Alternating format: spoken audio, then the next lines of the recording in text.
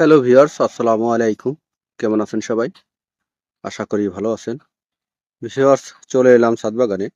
আজ নতুন একটি ভিডিও নিয়ে আপনাদের সামনে হাজির হলাম। ভিউয়ার্স, আজকের আলোচনার বিষয় হলো বৃষ্টি পরবর্তী সময়ে আনার গাছের যত্ন নেবেন কিভাবে এবং বৃষ্টির পরবর্তী সময়ে কি করা উচিত, কোন কোন বিষয়ে খেয়াল রাখা উচিত সেসব বিষয়ে নিয়ে। তো ভিউয়ার্স, বৃষ্টি আসলে প্রাকৃতিক, এটা হবেই। হয়তো কম, না হয় বেশি, এটাই। তো এবছর বৃষ্টিপাতটা প্রচন্ড পরিমাণ, মানে অনেক বেশি। তো এই জন্য বিশেষ করে আনারের কিন্তু ব্যাপক ক্ষতি সাধন হয়েছে এই বছরটায়। এই দেখতে পাচ্ছেন গতকালকে কিন্তু ভারী বর্ষণ হয়েছে বাংলাদেশের কম বেশি সব জায়গায়। এগুলা সবই স্ত্রী ফুল, এগুলো ঝরে গিয়েছে। আমার এই ছোট্ট গাছটায় কিন্তু প্রচুর পরিমাণে ফুল এসেছিল, এই দেখতে পাচ্ছেন। এগুলাও হয়তো ঝরে যাবে।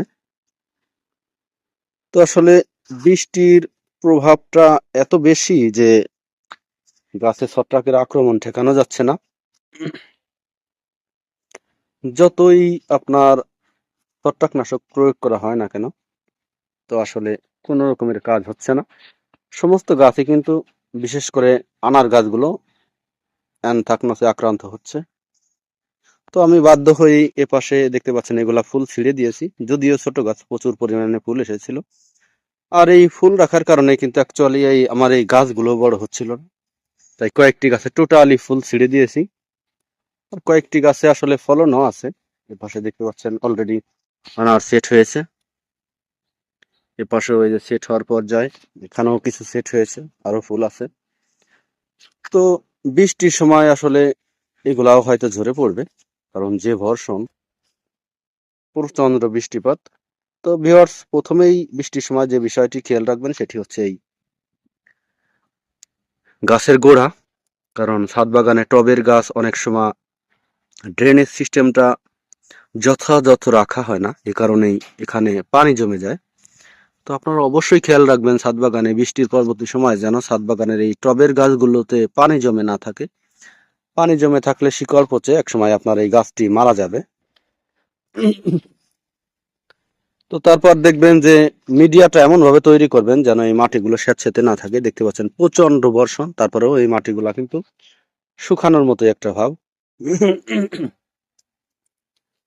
তো ড্রেনেজ সিস্টেমটা যদি আপনার ভালো না থাকে তাহলে আপনার টবে গাছ হবে না, এটা নিশ্চিত। এবং দ্বিতীয় বিষয়, যে বিষয়টি খেয়াল রাখবেন, বৃষ্টির পরে কিন্তু ছত্রাকের আক্রমণটা বেড়ে যায়।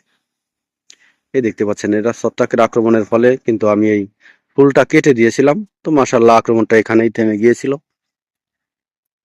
তো বৃষ্টির পরপরই আপনারা অবশ্যই এই গাছগুলোকে ছত্রাকনাশক দিয়ে স্প্রে করে দিবেন।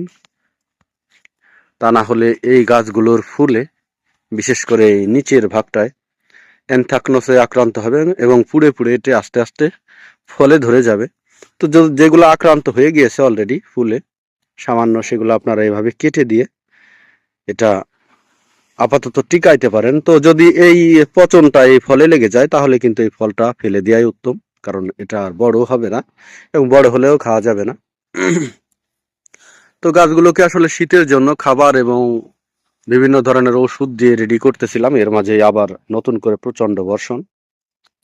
তো এখন যদি আমি ছত্রাকনাশক না দিই তাহলে এই সমস্ত ফলগুলোতেই কিন্তু পচন ধরবে। তাই আপনারা বৃষ্টির পরবর্তী সময়ে অবশ্যই গাছে ছত্রাকনাশক প্রয়োগ করবেন। ছত্রাকনাশক হিসেবে আপনি বাজারে বহু প্রচলিত ম্যানসার, সাপ, রিডোমিক গোল্ড এবং আরো বিভিন্ন কোম্পানির বিভিন্ন ধরনের ছত্রাকনাশক রয়েছে, সেগুলো ব্যবহার করতে পারেন। প্রতি গ্রাম পানিতে, প্রতি লিটার পানিতে 2 গ্রাম হারে। আক্রমণটা যদি বেশি হয় তাহলে আপনারা অ্যামিস্টার টপও ব্যবহার করতে পারেন। তো এই ছত্রাকনাশক পানিতে দিয়ে সকাল অথবা বিকালে দেখবেন যে এই গাছের পাতাগুলো যেন ভিজা না থাকে, ঠিক এই সময়টাতে স্প্রে করে দিবেন। আমিও গতকালকে দেখতে পাচ্ছেন বৃষ্টি হয়েছে, এই বৃষ্টির এই পানিগুলো শুকানোর সাথে সাথেই আমি এগুলো স্প্রে করে দিব। আপনারা আপনাদের বাগানের বিশেষ করে আনার গাছগুলোকে এভাবে ছত্রাকনাশক দিয়ে স্প্রে করে দিবেন, তা না হলে অ্যানথ্রাকনোসে আক্রান্ত হওয়ার সম্ভাবনাটা বেড়ে যাবে। তো ভিউয়ার্স, আমি নতুন বাগানে সবসময় চেষ্টা করি আমার অভিজ্ঞতার আলোকে আপনাদেরকে কিছু বলার জন্য, এবং সবসময় চেষ্টা করি যেন আপনাদের পরামর্শ নিয়ে কাজ করতে পারি। ভিউয়ার্স, আপনাদের পরামর্শ থাকলে অবশ্যই জানাবেন। আজ এ পর্যন্তই। পরবর্তী ভিডিও পেতে অবশ্যই চ্যানেলটি সাবস্ক্রাইব করবেন। ধন্যবাদ সবাইকে। ভালো থাকবেন সবাই।